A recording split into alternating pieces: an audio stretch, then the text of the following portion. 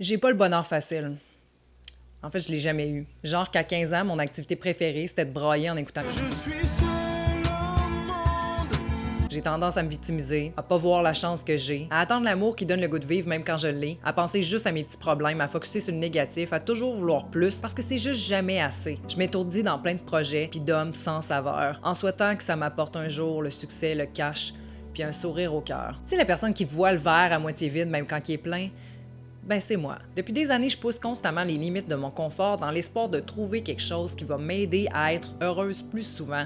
Et même si j'ai expérimenté toutes les sortes de thérapies, médecine, workshops, méditation, que je m'entraîne, que j'ai plein de bons amis et que j'ai pratiquement accompli tout ce que je voulais jusqu'à présent, ben le sentiment de vide qui m'habite est encore là. Fait que c'est quoi l'hostie de problème? Certains disent que c'est la génétique, d'autres qu'il faudrait prendre des pilules, d'autres qu'il faudrait vivre plus dans le moment présent, que le bonheur vient pas du monde matériel puis que les petits plaisirs de la vie sont une illusion qui nous font en vouloir plus constamment.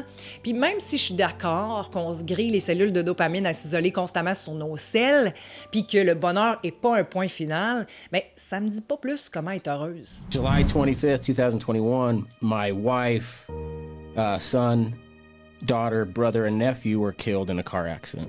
I remember talking to my therapist one time, and I asked him, I'm like, do you think I'm ever going to be happy again? He said, Mason, I don't think that's the goal. I think the goal we need to have for you is to find purpose. Purpose is more meaningful than happiness. That's what's going to save you, is if you can find purpose out of all this. Quand j'ai vu ce reel-là sur Instagram, ça a été une révélation pour moi. Au lieu de focusser sur ce qui nous rend heureux ou heureuse, on devrait focusser sur ce qui donne du sens à notre vie. Genre, c'est quoi ta mission sur cette terre? Parce que clairement, là, t'as pas été placé ici par hasard. J'avoue que ça peut être un peu challengeant de se demander ça. Fait que si je pouvais simplifier ça, je dirais que ta mission sur terre devrait aider les gens, mais aussi te faire sentir vivant. J'ai longtemps pensé que la seule façon d'aider les gens, c'était d'aller en Afrique donner du gruau aux petits-enfants avec le ventre gonflé. Oui, ça peut être ça, mais je pense que c'est beaucoup plus vaste que ça. Aider sa communauté, ça s'arrête pas nécessairement au centre d'aide ou à être là physiquement. Ça peut être aussi simple que d'inspirer les gens en étant toi. Quand je travaillais au Lululemon, il y a une phrase qu'on disait souvent, puis c'est « lead by example ». Ce qui veut dire que si tu veux aider et inspirer les gens autour de toi, tu dois d'abord toi-même faire les choses qui t'aident et t'inspirent pour naturellement en parler autour de toi indirectement ou non, et faire en sorte potentiellement d'inspirer les gens autour de toi, mais aussi d'avoir plus d'opportunités de connecter avec ces gens-là et d'être plus heureux ou heureuse dans ta vie. Je pense que ce qui fait qu'on est malheureux, outre les débalancements de l'esprit dont certains souffrent, c'est d'oublier de faire ce qui nous nourrit vraiment parce qu'on se perd dans ce qu'on a à faire pour survivre. Faire de l'argent puis bien paraître devient une priorité, acheter en ligne puis boire deviennent des mécanismes pour nous faire oublier l'instant d'un moment qu'on s'est fucking perdu sur le beau chemin que la vie nous a donné. Puis il y a un moment des fois où quand on est chanceux, on se réveille puis on est comme « What the fuck? Ça veut rien dire, cette vie-là. » Même si t'es en forme, que t'as du cash, que t'as un bel entourage, c'est pas assez. Faut que tu trouves ce qui t'inspire à la vivre, cette vie-là. Qu'est-ce qui te fait sentir vivant ou vivante sur cette terre? Qu'est-ce qui te fait sentir excité puis stressé en même temps juste d'y penser? Qu'est-ce qui manque à ta vie ou que tu rêves de faire plus? Qu'est-ce qui te fait sentir connecté à la vie autour de toi, mais aussi en toi? Fais-le! Fais-le le plus possible, parce qu'un jour, tu seras plus là.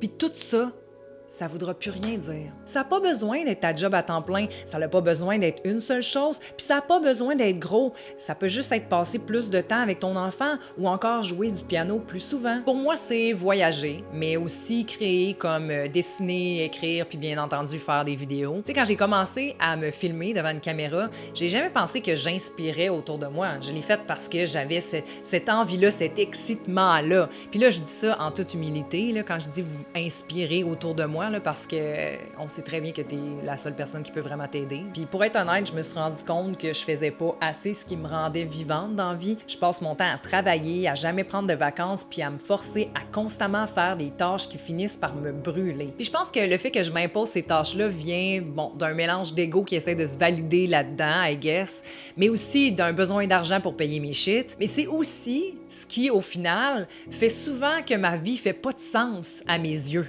Puis c'est dur, right? Parce que, mettons, voyager, ben ça demande du temps, ça demande de l'argent, ça demande du courage si tu veux partir seul parce que personne peut venir avec toi. Écrire, filmer, c'est aussi un peu la même chose. Bref, ce que j'essaie de dire, c'est que chaque situation, mission, rêve sur cette terre vient avec son lot de challenge. So, j'ai commencé à prendre des actions concrètes, comme aller voir une psy régulièrement pour avoir plus d'amour envers moi-même, booker mon prochain voyage pour sentir un peu d'espoir et d'excitement dans mon futur qui est normalement super prévisible. Puis j'ai aussi engagé quelqu'un pour m'aider avec mes clients, histoire de pas juste travailler dans la vie, et tout ça en faisant confiance que la vie est là pour me supporter, parce que quand tu fais les premiers pas, le reste te rend compte à mi-chemin. Puis là, si t'écoutes ça puis tu te sens complètement overwhelmed en ce moment parce que tu sais pas ce qui peut te rendre vivant ou vivante ou que tu penses pas que c'est possible, c'est correct. La vie, c'est pas une grosse ligne droite, right? Puis il faut se perdre pour se retrouver des fois. Peut-être que toi, ce que tu as besoin en ce moment, c'est juste du temps. Genre de l'espace mental pour avoir l'ouverture nécessaire d'essayer des nouvelles affaires puis de te découvrir là-dedans pour potentiellement te sentir sur ton X. Je dis ça de même. Au final, il n'y a personne d'autre qui sait plus que toi-même ce qui te fait vibrer. Puis c'est ta mission, à toi, de l'intégrer dans ta vie pour te sentir plus nourri, connecté, en paix, heureuse. C'était Émilie Brousseau, j'espère que vous avez aimé. Si c'est le cas, n'oubliez pas de me le faire savoir en likant, vous abonnant, commentant. Ça fait genre 6 ans que je fais des vidéos puis je fais toujours le même speech, mais pourtant, je me rappelle jamais quoi dire. C'est juste une phrase. By the way, ce que j'essaie de dire, c'est que j'ai déjà écrit un livre il y a 1 an et demi. Ça va pas bien. 1 an et demi de ça, qui s'appelle Une femme sauvage, qui aide les femmes à fleurir. Puis là, si t'es un homme, ben, sens-toi pas exclu, là, tu peux le lire aussi. C'est juste la perspective d'une femme, donc peut-être que ça peut être intéressant pour toi. C'est divisé en 3 parties, souffrir, explorer et fleurir. Oui, alors pour ceux qui l'ont jamais vu ou lu, je vais laisser le lien dans la description. Merci à tous ceux qui me suivent depuis soit plusieurs années ou peut-être depuis aujourd'hui, qui sait. Mais un gros merci spécial aussi à ceux qui m'écrivent des messages. Je comprends pas, je réalise pas des fois que je parle à des gens. C'est comme un journal intime pour moi, mes vidéos. C'est comme une thérapie, dans le fond. J'écris une vidéo, je l'écris comme un journal intime, puis après ça, ben, je la filme, puis je réalise pas l'impact que ça peut avoir, puis là, on dirait que je vais virer un petit peu émotive. C'est un petit peu patché aujourd'hui. Mais c'est ça, quand les gens prennent le temps de m'écrire, peut-être que vous l'avez déjà fait, mais sachez que ça me touche énormément, ça me reconnecte à moi-même, à la communauté, à pourquoi je fais ce que je fais. Ça me rappelle que j'aide des gens en partageant mon expérience, puis ça, ben, ça ajoute du sens à ma vie qui en fait des fois pas beaucoup. Puis là, je m'adresse à toi en ce moment qui me regarde pour te dire que t'es fucking unique. T'as des mains, un cerveau, une voix différente de tout le monde. Serre-toi-en, serre-toi-en, parce que sans ça, là, la vie fait aucun sens. Voilà. C'est tout pour moi aujourd'hui.